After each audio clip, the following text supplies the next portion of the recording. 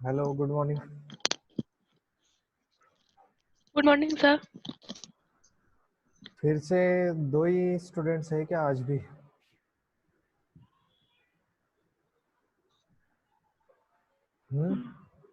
इससे पहले वाले लेक्चर में कोई और ज्वाइन नहीं हुआ था क्या? सर 2 लोग और ज्वाइन हुए थे। सर हुआ था। चलो, हो रहे होंगे थोड़ा। कल कहाँ तक पढ़ लिया था हमने?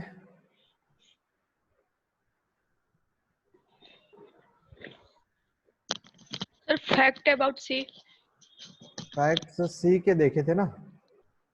Yes sir. ठीक है, तो किसने बनाई थी सी? पता है, कुछ याद है?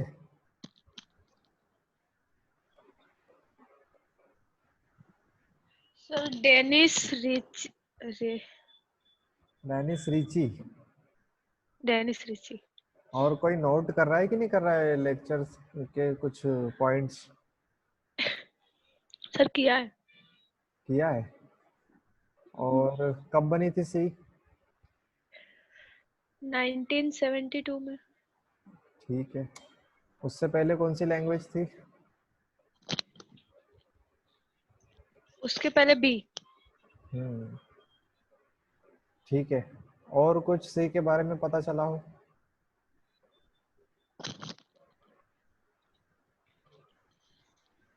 हाँ,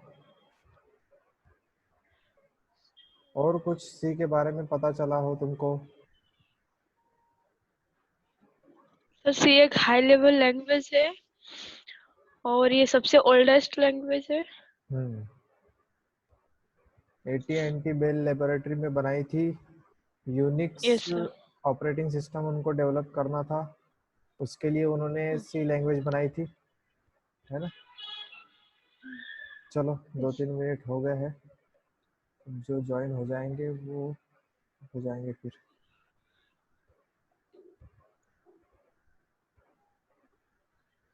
पीपीटी शो हो रही है आपको? Yes sir. ठीक है, तो 1970 में बी लैंग्वेज आई थी, उसके बाद में 1972 में सी लैंग्वेज आई। बेसिकली डेवलप करने का एक ही रीज़न था, उनको यूनिक्स ऑपरेटिंग सिस्टम बनाना था। और एक मिनट में तुम्हारा सिलेबस देख लो।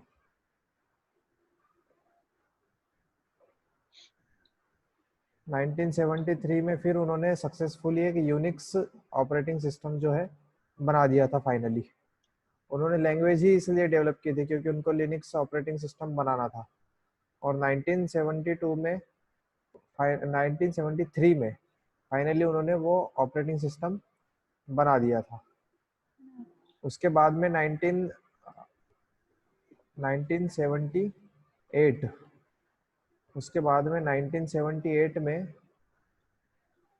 1988 में अमेरिकन स्टैंडर्ड इंस्टीट्यूट ने ANSI American national standard institute, इन्होंने जो है कि उस लैंग्वेज को फॉर्मलाइज कर दिया। मतलब उसके जितने भी स्टैंडर्ड्स है वो सारे सेट कर दिए कि पर्टिकुलर इसकी वैल्यू इतनी रहेगी या इस चीज को इस तरीके से समझा जाएगा।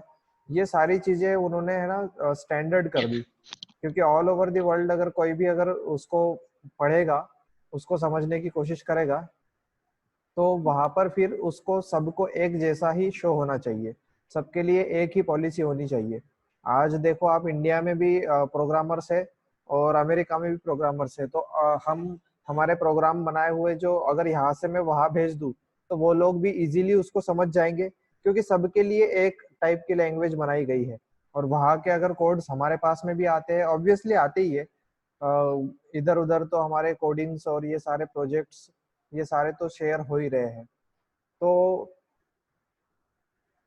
इसके लिए उन्होंने कुछ स्टैंडर्ड सेट कर दिए 1988 में, वैल्यूज सेट कर दी अमेरिकन नेशनल स्टैंडर्ड इंस्टीट्यूट ने। 1973 में यूनिक्स ऑपरेटिंग सिस्टम बना करके तैयार कर दिया गया। फिर उसके बाद में आज के समय की अगर बात करें तो सी बहुत सबसे ज़्यादा यूज की जाने वाली प्रोग्रामिंग लैंग्वेज है। सबसे ज़्यादा इसलिए क्योंकि सारे के सारे ऑपरेटिंग सिस्टम और नई नई जितने भी लैंग्वेजेस आ रही है समय के साथ साथ, वो सारी लैंग्वेजेस भी डेवलप करने के लिए सी का ही यूज किया जाता है। Most of the state of the art software have been implemented using C. अब जितने भी अगर आप ऑपरेटिंग सिस्टम या कहा जाए सॉफ्टवेयर्स के बारे में, चाहे वो एप्लीकेशन सॉफ्टवेयर हो, सिस्टम सॉफ्टवेयर हो, पता है दोनों में डिफरेंस क्या है?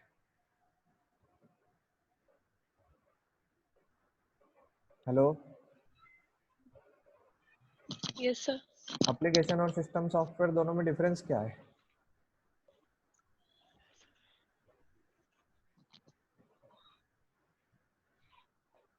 सिस्टम सॉफ्टवेयर जो आपके हार्डवेयर के साथ में डील कर रहा है, जैसे आपका विंडोज़ हो गया और जितने भी ऑपरेटिंग सिस्टम आते हैं आपके एंड्रॉयड, विंडोज़, या आपके हार्डवेयर के साथ में जो डील कर रहे होते हैं वो सिस्टम सॉफ्टवेयर है।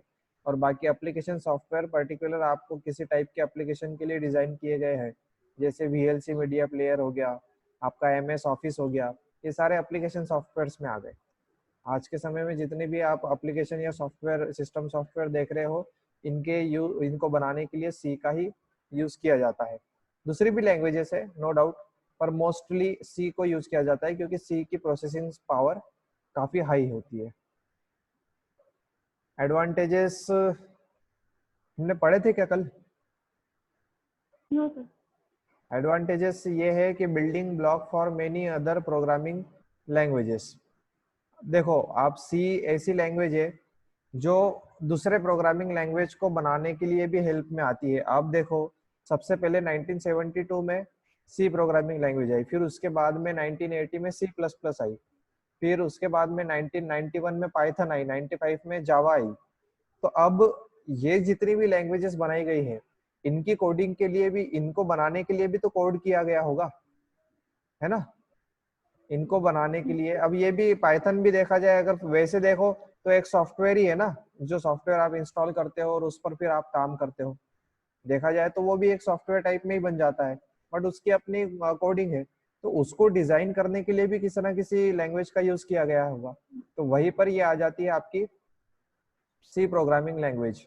ये जो पाइथन है, जावा है, जितनी भी लैंग्वेजेस बनी हुई है, इनको बनाने में लिए, इनको कंपाइलर, इनका सिस्टम, इनका सॉफ्टवेयर बनाने के लिए किस लैंग्वेज का यूज किया गया होगा? जो उससे पहले अवेलेबल होगी।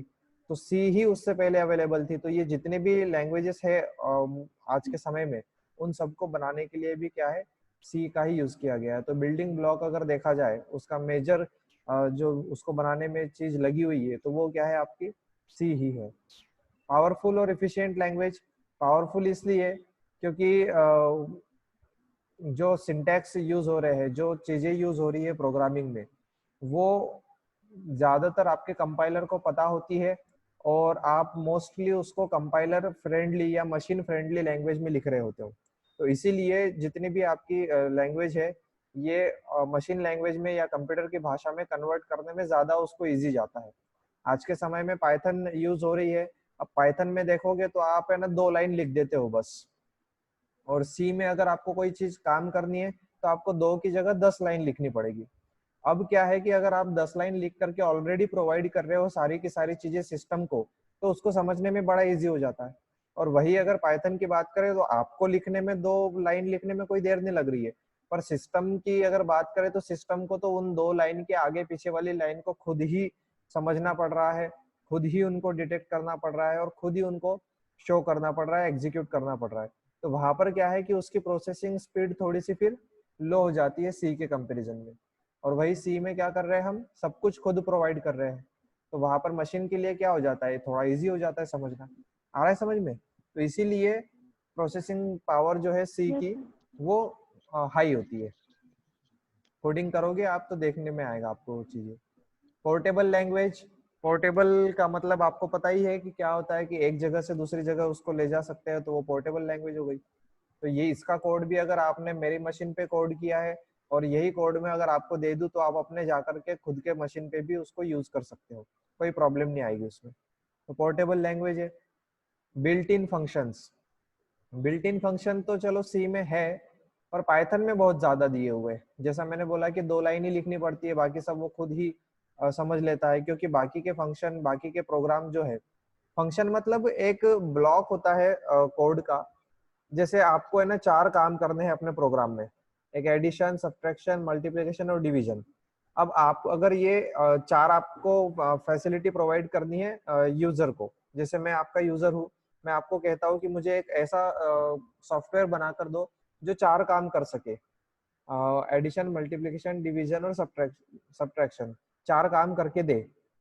अब आपने ये चारों के चारों कोड अगर एक लाइन से लिखे शुरू से, कि इनपुट डालो और फिर चारों के चारों पूरे के पूरा कोड अगर आपने एक साथ लिख दिया तो ठीक है, मैं जो प्रोवाइड करूंगा वो रन हो जाएगा। पर ये आपको एग्जीक्यूशन जो है, मतलब कंपाइलेशन या एग्जीक्यूशन कहाँ से करना पड़ रहा है, पहली लाइन से लेकर के लास्ट की लाइन तक करना पड़ रहा है, ठीक है, क्योंकि रन पूरा का पूरा प्रोग्राम होगा, चारों के चारों ब्लॉक रन होंगे।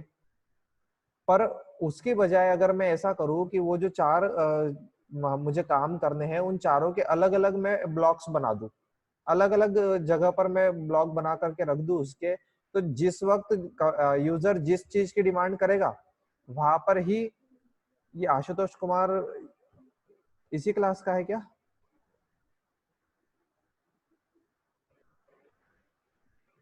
हेलो, आशुतोष कुमार इसी क्लास का है क्या? Yes, sir. Yes sir. ठीक है, सर लड़का नहीं लड़की है। आशुतोष कुमार वर्मा। सर निधि नाम है। तो ये जो ज्वाइन हुआ है आशुतोष कुमार वर्मा, ये कौन है? सर निधि नाम है उसका, वो अपने भाई के नाम की। अच्छा चलो, कर दिया रीनेम उसने, ठीक है। तो कहा था मैं, हाँ, अगर मुझे वो 4 काम करने हैं और उन 4 काम को अगर मैं देखता हूँ तो मुझे, अगर मैंने एक साथ लिख दिया, एक ही पेज पे लिख दिया, जैसे मान लो आपको 4 लाइन पढ़, अरे यार सिंपल सी बात है, अगर आपके जितने भी बुक में जितने भी चैप्टर्स लिखे हुए अगर वो एक साथ में एक लाइन में लिख दिए होते तो आपको अगर कोई भी चीज रीड करनी पड़ती तो शुरू से लेकर आखिरी तक रीड करनी पड़ती। वही आपको क्या कर दिया उन्होंने, एक इंडेक्स टेबल बना दिया, चैप्टर्स के अलग अलग नाम रख दिए और उन चैप्टर को पर्टिकुलर उस पेज नंबर पे रख दिया है। तो आप क्या करते हो, जिस चैप्टर का आपको काम होता है आप उस चैप्टर पे चले जाते हो। तो इसी तरह अगर आपको वो 4 टास्क करने हैं, एडिशन, मल्टीप्लिकेशन, सब्ट्रैक्शन, डिवीजन, तो आप क्या करोगे, हर बार सारा का सारा कोड रन करने की बजाय आपने उनके 4 ब्लॉक बना दिए। 4 ब्लॉक में से आप कस्टमर से पूछते हो कि आपको क्या करना है, एडिशन करना है, मल्टीप्लिकेशन करना है, तो वो आपको बता देता है कि मुझे एडिशन करना है। तो आप क्या करोगे, उस वाले एडिशन वाले ब्लॉक को कॉल करोगे, सीधे उस पे जाओगे, बाकी के 3 आपके रन नहीं होने और रन नहीं होंगे। तो आपका क्या है, एग्जीक्यूशन बच गया। बेवजह आप रन कर रहे थे अभी उसको, शुरू से लेकर आखिरी तक पूरा का पूरा कोड चला रहे थे। तो वो जो फैसिलिटीज है, वो जो ब्लॉक की बात कर रहा हूं मैं, वो ब्लॉक है आपके फंक्शंस, ठीक है। फंक्शन कह सकते हो उसको या मेथड कह सकते हो। तो ये फंक्शन या मेथड आपके पास में अवेलेबल होते हैं, सी में बहुत सारी चीजें, फंक्शंस और मेथड्स आपके लिए अवेलेबल है। आप बस उसको वैल्यू दे दो, वो अपना काम कर देंगे, आपको उसकी कोडिंग अलग से करने की जरूरत नहीं पड़ती है। क्वालिटी टू एक्सटेंड इटसेल्फ, सी की बात करें तो अपने आप में इनके इम्प्रूवमेंट आते ही चले जा रहे थे। 1978 में भी एक इम्प्रूवमेंट आया इसका, फिर 1980 में आपके सी प्लस प्लस के तौर पर आपने देखा, फिर सी प्लस प्लस के भी अलग अलग वर्जन आए। तो खुद को ही एक्सटेंड करने की इसकी क्वालिटी इसमें है। कोड भी इसके अगर खुद के ही अगर आप उसमें थोड़े से चेंजेस कर दोगे तो आपका कोड भी और ज्यादा अच्छे बन जाएंगे। उसके बाद क्या है, implementation of algorithm and data structure. अब किसी भी तरह की अल्गोरिदम पता है आपको, जो सीक्वेंस स्टेप आप डिसाइड करते हो किसी भी गेम के लिए, जैसे आपको कोई गेम खेलना है तो आपके उसमें कुछ रूल्स होते हैं, है ना, कुछ स्टेप्स होते हैं कि पहले आपको आना पड़ेगा, एंटर करना पड़ेगा, फिर उसके बाद में आपको प्रोफाइल सेलेक्ट करनी पड़ेगी। वो जो जितने भी अगर आपके स्टेप वाइज अगर आपने इम्प्लीमेंटेशन किसी भी चीज का किया है तो उसको अल्गोरिदम बोला जाता है। तो वो अल्गोरिदम्स आप इसमें आराम से इजीली रन कर सकते हो।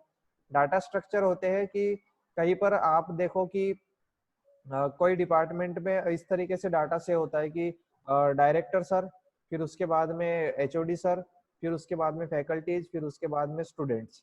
इस तरीके की एक हिरार्की बनी हुई थी ट्री टाइप में जो आती है चल के, वो एक डाटा स्ट्रक्चर हो सकता है किसी भी चीज को सेव करने का, डाटा को सेव करने का।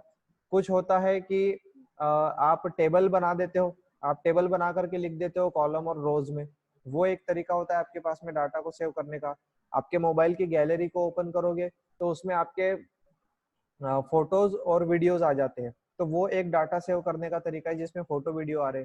दूसरे फोल्डर्स ओपन करके देखोगे तो उसमें फिर लाइन वाइज सारे के सारे डॉक्यूमेंट सेव है।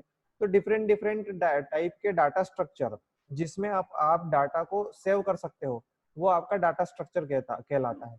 तो उन डाटा स्ट्रक्चर और अलग अलग एल्गोरिदम्स को अगर आप देखोगे तो वो यूज कर सकते हो, आप इसमें इम्प्लीमेंटेशन कर सकते हो सी के अंदर। ठीक है।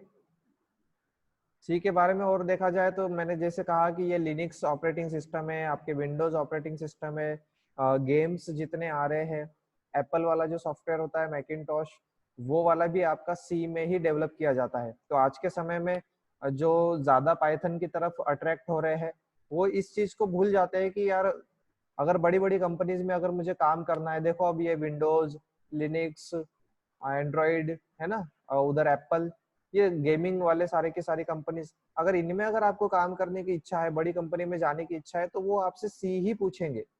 पाइथन ठीक है एक समय तक आपके लिए समझने के लिए अच्छा है, बट सी ही पूछा जाएगा क्योंकि सी में आप सारी की सारी बेसिक चीजें पढ़ने को मिलती है आपको और सीखने को मिलती है। वही पाइथन में क्या है, थोड़ा सा एक दूसरे तौर पर देखे तो आलसी हो जाते हैं ना, 8 लाइन के बजाय आपको 2 लाइन लिखनी है, तो वो एक अलग चीज हो गई है। बट अगर डीप आपको समझना है तो वो आपको सी ही प्रोवाइड करती है।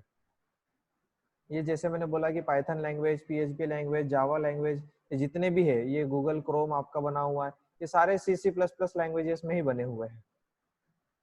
Google uses C++ in speed critical system. Google की अगर बात करें जहां पर आपको सबसे ज्यादा हाई स्पीड की जरूरत होती है, वहां पर गूगल किसको यूज कर रहा है? C++ को यूज कर रहा है। If you see any upcoming technologies, whatever the language may be, those are made in C++। अभी तक आई हुई जितने भी लैंग्वेजेस है, चाहे वो पाइथन हो, चाहे जितने भी टाइप के गेम्स बने हुए, या आने वाले समय में जितनी भी टेक्नोलॉजी बन करके आएगी जो आपको स्पीड प्रोवाइड करेगी, वो आपकी सी या C++ में ही बनी मिलेगी आपको। ठीक है। सी का यूज आप देखो लिनक्स में है, एप्पल, इंटेल के ये जितने भी आपके ड्राइवर्स बने हुए हैं आपके कंप्यूटर में यूज होते हैं, ये सारे के सारे ऑपरेटिंग सिस्टम्स हो गए। लैंग्वेज कंपाइलर, जैसे मैंने बोला, जो मशीन लैंग्वेज में कन्वर्ट करके दे दे आपको, पाइथन के लिए, जावा के लिए, दूसरी लैंग्वेजेस के लिए, वो सारे के सारे आपके सी में बने हुए हैं। और जितने भी ये लिस्ट यहाँ पर दी हुई है डाटाबेस की, यूटिलिटीज, नेटवर्क ड्राइवर, अलग अलग एरियाज में सी का यूज हो रहा है। अलग अलग कहा जाए या ये कह दूं कि हर एरिया में सी का यूज हो रहा है, तो भी उसमें कोई गलत नहीं होगा। इसके बाद में आती है आपकी C++। General purpose object oriented programming language है। ऑब्जेक्ट ओरिएंटेड प्रोग्रामिंग लैंग्वेज को समझने की सबसे पहले ये आवश्यकता है आपको कि सी लैंग्वेज जो आई, अब कल शायद डिस्कशन हुआ था, मेरा ध्यान नहीं है, सी लैंग्वेज जो आई, अब उस वक्त की डिमांड उतनी थी। 1972 के वक्त की अगर बात करें तो किसने सोचा था कि सबके हाथ में मोबाइल हो जाएंगे, अपने घर से ही सब लोग बैंकिंग कर पाएंगे, अपने घर से ही आप दूर देशों में बैठे हुए आपके रिश्तेदारों से बात कर पाओगे। उस वक्त तो ये सोचना भी एक पागलपन ही हो सकता था कि अगर किसी ने अगर ऐसा बोल भी दिया कि यार बैठे बैठे बात हो जाएगी कहीं से कहीं तक, तो वो आप उस समय की बात अगर सोच करके देखे तो वो पॉसिबल ही नहीं था। तो क्या हुआ कि सी लैंग्वेज भी आ गई, और उसके बाद में 8-10 साल ऐसे निकल गए 1972 से लेकर के 80 तक, कि फिर उन्होंने कंप्यूटर बनाना शुरू कर दिए, ऑपरेटिंग सिस्टम बनाना शुरू कर दिए, अलग अलग उन्होंने सॉफ्टवेयर बनाना शुरू कर दिए, कंप्यूटर धीरे धीरे आगे बढ़ता चला गया। पर समय के साथ क्या हुआ कि फिर बाद में ये समझ में आया कि यार सी लैंग्वेज का प्रोग्राम अगर मैं अपने कंप्यूटर पे लिखता हूँ तो वो मैं विंडोज 64 बिट, विंडोज 8 64 बिट पे अगर मैं लिखता हूँ तो वो नेक्स्ट वाले विंडोज 8 64 बिट पे ही रन हो पा रहा है, और वो भी क्या करना पड़ रहा है, मुझे इस कंप्यूटर से पूरा का पूरा कोड उठा करके वहां ले जाना पड़ रहा है ना। तो मुझे सेम टू सेम कोड यहाँ से उठा करके वहां ले जाना पड़ रहा है। अलग अलग, अगर अभी मैं मेरे लैब में जो बैठा हुआ हूँ यहाँ की बात करूँ तो चलो मैं कर भी लूँ, पर अगर मुझे दूसरी कॉलोनी, दूसरे एरिया में, या फिर कहा जाए दूसरे सिटी में या दूसरे स्टेट में, अगर मुझे वहां अगर किसी से कांटेक्ट करना हो तो वो कैसे पॉसिबल हो पाएगा। उसके लिए फिर क्या करा गया, फिर कुछ ऑब्जेक्ट ओरिएंटेड प्रोग्रामिंग का कंसेप्ट उसमें लाया गया। ठीक है। ऑब्जेक्ट ओरिएंटेड प्रोग्रामिंग ये होती है कि इसमें कुछ एक टीम बनाई गई थी, इंटरनेशनल लेवल पे एक टीम बनाई गई थी सारे साइंटिस्ट लोगों की। उनसे पूछा गया था कि अब सॉल्यूशन बताया जाए कि मेरा एक जैसा ही कोड अगर मैं इस कंप्यूटर पे लिख दूं 64 बीट वाले पे, या फिर कोई 32 बीट वाले पे लिखे, कोई विंडोज पे लिखे, कोई मैकिंटॉश पे लिखे, कहीं पर भी कोई भी किसी भी तरह का कोड लिखे, तो वो हर मशीन पे रन हो जाना चाहिए। ऐसा फिर एक टास्क फिर आ गया था सभी साइंटिस्ट लोगों के सामने कि ऐसा फिर क्या किया जाए। तो वहां पर फिर उन्होंने क्या किया कि ऑब्जेक्ट ओरिएंटेड प्रोग्रामिंग लॉन्च किया। ऑब्जेक्ट ओरिएंटेड प्रोग्रामिंग में फिर वहां से चीजें इस तरीके से बदली कि फिर आज हम देख रहे हैं कि आपके हर किसी के पास में ये सारे ऑप्शंस अवेलेबल है कि आप यूज कर सकते हो इन सब चीजों को अपने घर बैठे बैठे। ठीक है, तो ये एक ऑब्जेक्ट ओरिएंटेड प्रोग्रामिंग लैंग्वेज का एक तरीका होता है। ऑब्जेक्ट ओरिएंटेड प्रोग्रामिंग के कंसेप्ट होते हैं, वो कंसेप्ट जो भी लैंग्वेज फॉलो करती है उसको ऑब्जेक्ट ओरिएंटेड प्रोग्रामिंग लैंग्वेज कहा जाता है। इसमें बेसिकली 6 कंसेप्ट आते हैं। वो कंसेप्ट हम कल देखेंगे। अभी हम इसके बारे में सी प्लस प्लस के बारे में हम और थोड़ा सा डिटेल में देख रहे हैं। बजारने स्ट्रोस्ट्रुप बेल लेबोरेटरी, सेम उसी लेबोरेटरी में इस लैंग्वेज को भी डेवलप किया गया था, बट इस बार इसके डेवलपर बदल गए। बजारने स्ट्रोस्ट्रुप आ गए 1979 में, जिसको 1980 भी हम कहते हैं क्योंकि डेवलप होते होते उतना समय लग गया था। इसको एक दूसरा भी नाम दिया जाता है सी विद क्लासेस।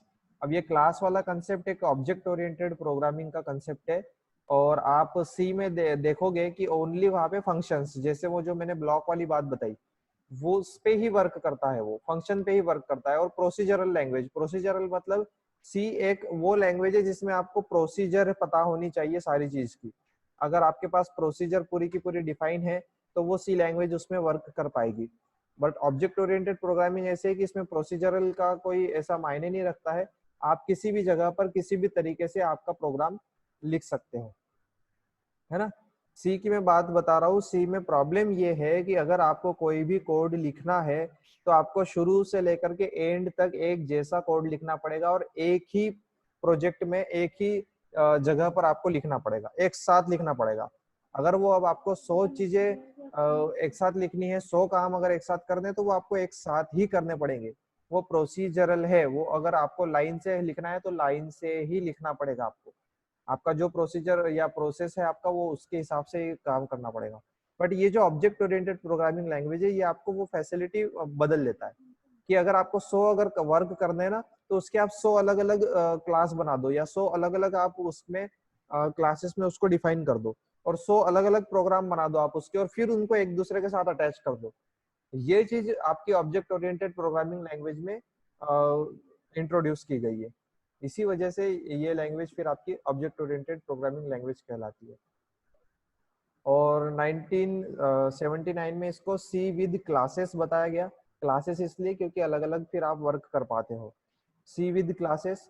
और फिर 1983 में इसको सी प्लस प्लस का नाम दिया गया। उससे पहले ये सी विद क्लासेस नाम से जानी जाती थी, 1983 में इसको सी प्लस प्लस बोला गया। सी प्लस प्लस के बारे में बताया तो सी का वर्जन है, और प्लस प्लस इसलिए इसमें लगाया गया है क्योंकि अपग्रेडेड वर्जन है, एक स्टेप आगे चल रहा है सी से। तो और प्लस प्लस जो होता है वो एक इंक्रीमेंट ऑपरेटर होता है। इंक्रीमेंट ऑपरेटर सिंपली ये होता है कि किसी भी वैल्यू में अगर कोई आपको वैल्यू प्लस करनी है 1 से, तो वो इंक्रीमेंट अगर आप प्लस प्लस लिख देते हो तो वो वैल्यू 1 हो जाती है। जैसे मेरे पास अभी वैल्यू है 5, बट मैं उसको अगर लिख दूं 5 प्लस प्लस, तो वो क्या हो जाएगी, 6 हो जाएगी। ठीक है, तो वो इंक्रीमेंट ऑपरेटर है सिंपल सा, उसको शो कर दिया इन्होंने उसके साथ में, सी के साथ में, तो सी प्लस प्लस हो गया। प्रोडोमिनेंट लैंग्वेज हर तरीके की टेक्निकल और कमर्शियल सॉफ्टवेयर को डिजाइन करने के लिए काम में आता है। C plus plus introduces object oriented programming language जो सी के अंदर अवेलेबल नहीं है। ऊप्स के कंसेप्ट फॉलो करता है। अब ये ऊप्स के 4 कंसेप्ट यहाँ पर दिए हैं, इनकैप्सुलेशन, पॉलीमॉर्फिज्म, एब्स्ट्रक्शन। ये हम कल देखेंगे, इसको अच्छे से समझेंगे कल, मतलब मंडे को। सी प्लस प्लस ऊप्स के फीचर्स है, सिमुला 67 प्रोग्रामिंग लैंग्वेज से इसने वो डिराइव किए हैं।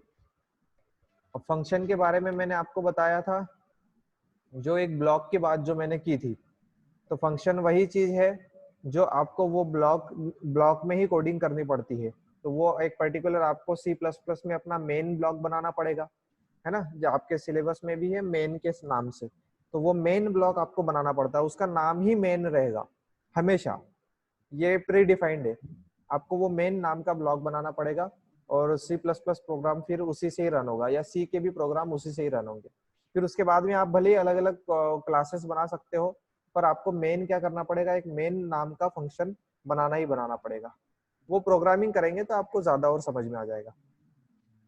C++ एक ही जगह पर डेवलप की गई थी। पूरी तरीके से C++ भी ऑब्जेक्ट ओरिएंटेड लैंग्वेज नहीं है, पर ठीक है, वो थोड़े बहुत सपोर्ट कर देती है।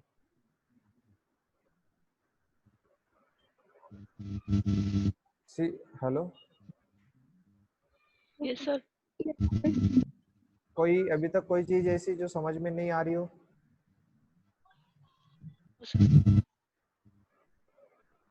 आवाज आ नहीं आ रही रही है है? सर। कोई और बोल दो। सर एक्चुअली मैं कल एब्सेंट थी तो मुझे नहीं पता कल क्या क्या पढ़ा है। अगर उसका थोड़ा सा एक बार ऊपर से रिवीजन हो जाता तो फिर अच्छा होता। ठीक है, देखो कुछ स्पेशल तो नहीं था, और जितना हमने अभी सीखे और उसके बारे में डिस्कस किया वही है। आपको देखने को मिल रहा है प्रोग्रामिंग क्या चीज होती है। अगर आपको किसी भी तरह का कोई टास्क कंप्लीट करना है तो आपके पास में उसकी एक प्रोसेस होनी चाहिए, आपके पास में उसका सीक्वेंस होना चाहिए कि मुझे इस तरीके से काम करना पड़ेगा, है ना। कोई ना कोई सीक्वेंस होता है। तो वो सीक्वेंस अगर यस सर। आपके पास में अगर सीक्वेंस एज इट इज अगर है अवेलेबल, और वैसा का वैसा अगर आप कंप्यूटर को प्रोवाइड करते हो, तो कंप्यूटर उसको रन करके आपको आउटपुट दे देगा। तो ये जो टास्क हो गया आपके सीक्वेंस प्रोवाइड करने का, आपकी प्रोसेस को डिजाइन करने का, है ना, और उसको एक पर्टिकुलर लैंग्वेज, वो लैंग्वेज जो कंप्यूटर समझ पाए, उसमें अगर आप लिखते हो तो वो आपका टास्क क्या कहलाता है, प्रोग्रामिंग। ठीक है। Yes sir. कुछ ये हिस्ट्री थी 1960 में, तो सबसे पहली ऐसी लैंग्वेज बनाई गई जो कंप्यूटर को समझ में आ जाए, क्योंकि कंप्यूटर और हमारी भाषा एक तो है नहीं। कंप्यूटर को केवल बाइनरी लैंग्वेज समझ में आती है। बाइनरी लैंग्वेज वो होती है जिसमें केवल 2 बिट पे काम करते हैं, 0 और 1। कंप्यूटर को एक ही दो ही चीज समझ में आती है, एक 0 और एक 1, है ना। कंप्यूटर को कुछ समझ में नहीं आती ABCD, उसको केवल 2 ही वैल्यू समझ में आती है, 0 और 1। तो वो वैसी यस कोई सर। लैंग्वेज डिजाइन की जाए जो कंप्यूटर को समझा दे, कंप्यूटर को समझा दे 0 1 के फॉर्मेट में। तो वहां पर फिर लैंग्वेजेस बनाई गई, वो अल्गोल, BCPL, बी, और ट्रेडिशनल C जो 1972 में आई। डेनिस रिची ने इसको डेवलप किया था, है ना।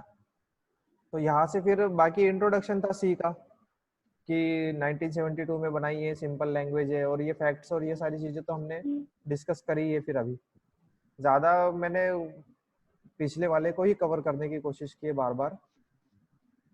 उसके बाद में मल्टी प्रोग्रामिंग भी आपको C प्रोवाइड करता है। उप्स के कंसेप्ट इसमें फॉलो हो जाते हैं। उप्स मतलब ऑब्जेक्ट ओरिएंटेड प्रोग्रामिंग। C++ का यूज देखो, जहां पर भी अगर स्पीड की जरूरत होगी तो वहां पर C++ ही यूज में आएगा। 3D गेम से स्पीड बहुत ज्यादा हाई चाहिए होती है आप लोगों को। और उसके बाद में डाटाबेस बनाने होते हैं। अब डाटाबेस क्या समझ सकते हो आप डाटाबेस से? आपको पता है डाटाबेस के बारे में कुछ?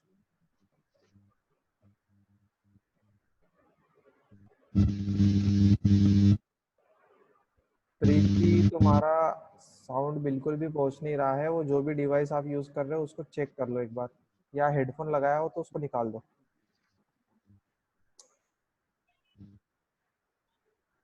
कोई और बता दो, कोई उसमें प्रॉब्लम नहीं है।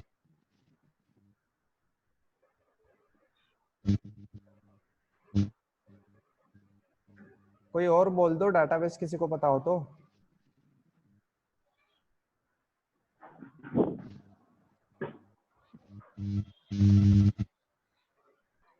नहीं आ रही है मेरे को सर किसी की लार्ज आवाज। अमाउंट ऑफ डेटा जो कंप्यूटर में स्टोर रहता है। हाँ, कंप्यूटर के अंदर जो हम डाटा स्टोर करते हैं, तो अब वो डाटा क्या है कि किसी भी तरह से रख दे वो अच्छा है, या पर्टिकुलर एक डिजाइन में उसको रखा जाए जो हमको समझ में आ जाए, कोई दूसरा अगर उसमें आकर के देख ले तो उसको समझ में आ जाए, ऐसा डिजाइन करना अच्छा है, या फिर वो कैसा भी पड़ा रहे वैसा चलेगा आपको?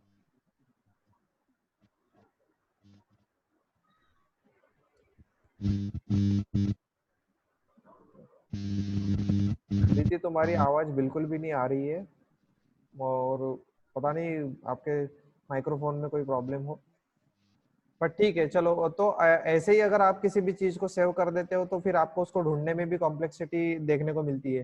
तो इससे अच्छा ये है कि आप कोई ऐसा पर्टिकुलर डिजाइन सेटअप करें, कोई इस तरीके का आप डाटाबेस डिजाइन करें जिसमें आप सही तरीके से आप उसको यूज कर सकते हो, है ना। तो वो आपका डाटाबेस होता है। तो किसी भी तरह का अगर डाटाबेस भी आपको डिजाइन करना है, सॉफ्टवेयर भी है, सॉफ्टवेयर ही होता है वो, तो उसको अगर आपको डिजाइन करना है तो उसमें भी आपका C++ काम में आता है। ये मोजिला फायरफॉक्स, ये गूगल क्रोम, ये जितने भी अगर आप यूज कर रहे हो ये भी आपके आ गए, ऑपरेटिंग सिस्टम आ गए।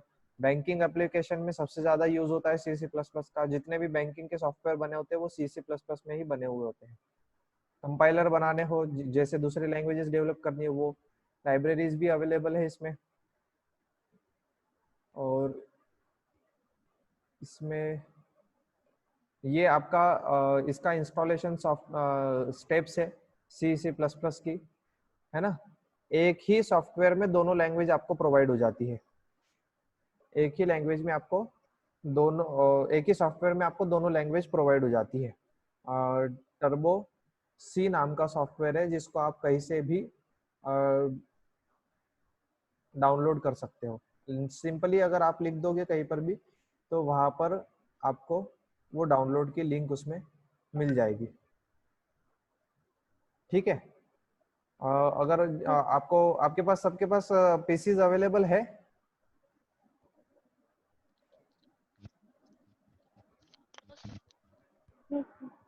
हाँ, नो सर। सभी के पास है, तीनों के पास है? No sir. और निधि के पास नहीं है? नहीं सर, नहीं है। मेरे पास ठीक भी है, सर। ठीक है, ठीक है, देख लेंगे हम कैसा क्या रहेगा, तो है ना। तो ये सिंपल सी स्टेप्स है। आपको इसमें कोई भी कुछ भी आपको सेटअप अलग से नहीं करना पड़ता है। सिंपली आप किसी भी वेबसाइट पे जा करके, या फिर मैं आपको प्रोवाइड कर दूंगा, उस पर चले जाओ और वहां से आप टर्बो C++ का सॉफ्टवेयर होगा आपके सिस्टम के अकॉर्डिंग, जैसे विंडोज या फिर कोई भी ऑपरेटिंग सिस्टम है उसको, उसका वर्जन और कितने बीट का प्रोसेसर आपके इसमें लगा हुआ है, उसके अकॉर्डिंग आप टर्बो C++ का सॉफ्टवेयर डाउनलोड कर दो। तो वो अब जिप फाइल में डाउनलोड हो जाएगा या EXE फाइल में डाउनलोड हो जाएगा, वो आप देख लेना। अगर आपको ये स्टेप 3 ये अगर जिप फाइल में अगर आपको डाउनलोड होता है वो, तो उसको एक्सट्रैक्ट कर लो। आपके पास ये सेटअप नाम की एक फाइल आ जाएगी, इस पर डबल क्लिक कर दो, ओके ओके करते चले जाओ, नेक्स्ट नेक्स्ट करते चले जाओ, तो आपका सॉफ्टवेयर सीधे सीधे इंस्टॉल हो जाएगा। कोई भी इसमें सॉफ्टवेयर इंस्टॉलेशन में प्रॉब्लम नहीं है, फ्री सॉफ्टवेयर है और यूज के लिए बहुत ज़्यादा ईजी है ना। और इस तरीके का कुछ उसका सेटअप फिर आपको देखने को मिलता है नेक्स्ट। जब आप ओपन करते हो सॉफ्टवेयर को तो इस तरीके का आपको एक उसका फ्रेमवर्क देखने को मिलता है। अब ये इसको अगर हम देखें तो ये आपका पहला प्रोग्राम भी है। इसमें जो ये जो चीज़ें लिखी हुई है ना, include IO stream, using name space, STD, main. अब ये जो मेन जो मैंने बोला था, तो ये जो मेन है वो आपका मेन ब्लॉक है जिसके अंदर सारा का सारा आपका कोड लिखा जाएगा। अब ये मेन क्यों लिखा, क्यों इसको बनाना पड़ता है, क्योंकि आप किसी भी जगह जाओगे, किसी भी जगह पर जाकर के अगर आप कोई प्रोग्राम बनाने की कोशिश करते हो, कुछ लिखने की कोशिश करते हो, तो वहां पर कुछ तो एक सिस्टमेटिक वे हो लिखने का, है ना। आप अलग तरीके से लिख दो, मैं अलग तरीके से लिख दूं, तो और मैं अगर आपको मेरा कोड भेज दूं कल से, तो आपको कुछ समझ में ही नहीं आएगा, क्योंकि वो मैंने मेरे हिसाब से लिख दिया है। अब आप अपने हिसाब से लिख दोगे और मुझे भेज दोगे, तो मुझे कैसे समझ में आएगा कि आपने कौन सी चीज कहाँ पर लिखी हुई है। तो इसके लिए स्टैंडर्ड रूल्स सेट किए हुए हैं। तो ये जो आपका मेन नाम का जो फंक्शन है, ये मेन नाम का फंक्शन आपको हमेशा यूज करना है। और ये मेन इसलिए क्योंकि आपका जो भी चीज है वो कंपाइलर तक, कंपाइलर कौन है, जो आपके प्रोग्राम को मशीन की लैंग्वेज में कन्वर्ट करे, तो उस कंपाइलर तक पहुंचाने के लिए आपको इस मेन फंक्शन का यूज होता है। देखो कभी भी जब भी आपका कोई प्रोग्राम रन करने जाओगे तो कंपाइलर उसमें से क्या ढूंढेगा, ये मेन नाम वाला फंक्शन। ये मेन चीज को वो ढूंढेगा, ये MAIN, इसको वो ढूंढेगा हमेशा कंपाइलर, है ना। जब भी आप प्रोग्राम रन करने के लिए भेजोगे तो वो इस वर्ड को ढूंढेगा, MAIN, इसको ढूंढेगा वो। और जैसे ही उसको ये मिलेगा, यहाँ से वो एग्जीक्यूशन शुरू करेगा, यहाँ से वो कन्वर्जन शुरू करेगा, जो मशीन लैंग्वेज में पहुंचेगा और फिर वो सीपीयू के पास में जाएगा एग्जीक्यूशन के लिए। आ रहा है समझ में? है ना। तो ये मेन फंक्शन है, एक स्टैंडर्ड फंक्शन है, इसको ही आपको हमेशा डिफाइन करना पड़ता है। और यही फिर आपका क्या है कि कंपाइलर तक ले जाता है, कंपाइलर इसी को ही ढूंढता है। कोई भी प्रोग्राम रन करने के लिए आप जब जाते हो, ये यहाँ पर आपका रन का ऑप्शन दिया हुआ है ना। अगर आप रन करने के लिए जाते हो किसी भी प्रोग्राम को, तो वो सबसे पहले इस मेन को ढूंढता है। अगर आपके प्रोग्राम में ये मेन नाम का फंक्शन अगर आपने बनाया हुआ है, तो फिर वो उस पे काम करेगा, उसको आगे की लाइन से एग्जीक्यूट करेगा। अगर उसको ये मेन नाम का फंक्शन मिला ही नहीं, तो वो वहीं पर ही एरर बता देगा और आपका प्रोग्राम आगे रन नहीं होगा। ये आपके पास में यहाँ पर कंपाइल नाम का ये टैब दिया हुआ है, इससे आप कंपाइल करके चेक कर सकते हो कि आपके लिखे हुए कोड में कोई एरर तो नहीं है ना। जैसे आप अभी 100-150 इसमें लाइन लिख दोगे, तो फिर आपको उसको कंपाइल करना पड़ेगा। कंपाइल करना मतलब मशीन की लैंग्वेज में उसको कन्वर्ट करना। अब ये कन्वर्ट करना शुरू करेगा, और जिस भी लाइन में अगर आपने गलत लिख दिया हो, तो वो वहां पर क्या कर देगा, फिर आपको एरर बता देगा। ठीक है, ये फ्रेमवर्क इतना इजी है आपके लिए कि यहीं पर आप इसको कोड लिख सकते हो पूरा का पूरा। ये जो ब्लू स्पेस है, यहाँ पर आपका पूरा का पूरा आप कोड लिख दोगे, और यहाँ पर फिर उसके बाद में अगर आपके कोई एरर वगैरह आती है कंपाइल करने के बाद, रन करने के बाद, तो यहीं पर नीचे वो आपको कंपाइल और रन की एरर बता देगा। ठीक है, और उसका लाइन नंबर भी बता देगा कि ये पहली, दूसरी, तीसरी, चौथी कौन सी वाली लाइन में कौन सा प्रॉब्लम आ रहा है। तो ये यहीं पर आपके एरर्स सारे शो हो जाएंगे, और यहाँ पर आप अपने इजीली प्रोग्राम लिख सकते हो। ठीक है, तो मेन फंक्शन आपके लिए सबसे ज्यादा जरूरी है, क्योंकि मेन फंक्शन जब तक प्रोग्राम को मिलेगा नहीं, कंपाइलर को मिलेगा नहीं, वो आगे आपका प्रोग्राम रन नहीं कर पाएगा, है ना। C++ में प्रोग्रामिंग करेंगे हम, सी में तो प्रोग्रामिंग फिर आपके लिए थोड़ी सी टिपिकल हो जाएगी। C++ में ही प्रोग्रामिंग करेंगे ताकि आपको उप्स के कंसेप्ट भी आ जाए समझ में, है ना। ठीक है, कोई और डाउट इसके बारे में? और किसी के पास कंप्यूटर ना हो तो आप अपने मोबाइल से ही ऑनलाइन जा करके आप गूगल पे जा करके कोई भी ऐसा सॉफ्टवेयर देख लो जहाँ पर आपको सी प्रोग्रामिंग करने को मिल जाए ऑनलाइन पे ही, तो वो भी आपको आपके लिए अच्छा है। तो वहां पर ही आप कोड लिख दो अपने मोबाइल से, वो रन करके अगर आपको दे दे तो वो भी ज्यादा अच्छा है। बट फिर भी वो क्या है, थोड़ा टिपिकल हो जाता है समझने में और एग्जीक्यूशन में। अब अगर ऑप्शन नहीं है, हाँ, फोन से ऐसा है ना कि फोन से मतलब प्रॉपरली चीजें क्लियर नहीं होती है सब चीज। हाँ हाँ, मैं कह रहा हूँ कि अब आपके पास ऑप्शन नहीं है ना, अगर किसी के पास है नहीं तो फिर उसके लिए तो कुछ नहीं कर सकते। बट आप एक ऑप्शनल तौर पर जा करके अपना कोड लिख करके देख सकते हो कि कैसे आउटपुट लिखा आ रहा है, आपका कोड लिखा हुआ सही भी है या नहीं है। थोड़ी सी चीजें समझने के लिए आप फिर उसका यूज कर सकते हो। आधा एक घंटा अगर आपको टाइम निकाल करके, या एक टाइम पास के तौर पर ही अगर आप लिख करके देख लो कोड, तो आपको समझ में आ जाएगी सारी चीजें कि कैसे होगा क्या होगा, तो है ना।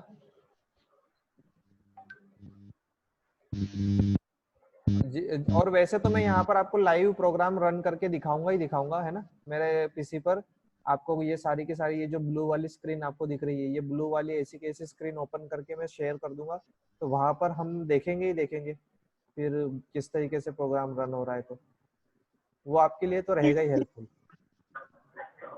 और मेरी कोशिश यही है कि जितना भी आपका सिलेबस है उसको हम प्रैक्टिकल तौर पर देखें, तभी अच्छा रहेगा। उसके फंक्शंस भी आपको समझ में आ जाएंगे, क्योंकि आपको जो डाटा कलेक्ट करना है, जो थ्योरी कलेक्ट करनी है, वो तो आप गूगल पे सर्च करोगे तो आपको पता नहीं कितनी थ्योरी मिल जाएगी। बट प्रैक्टिकली आप सारी चीजों को देखोगे रन होते हुए, तो आपके लिए ज्यादा अच्छा रहेगा, है ना। अभी मैं तब से फंक्शन और ये सब बोल रहा था, तो अभी यहाँ पर आपको मेन फंक्शन ये सीधे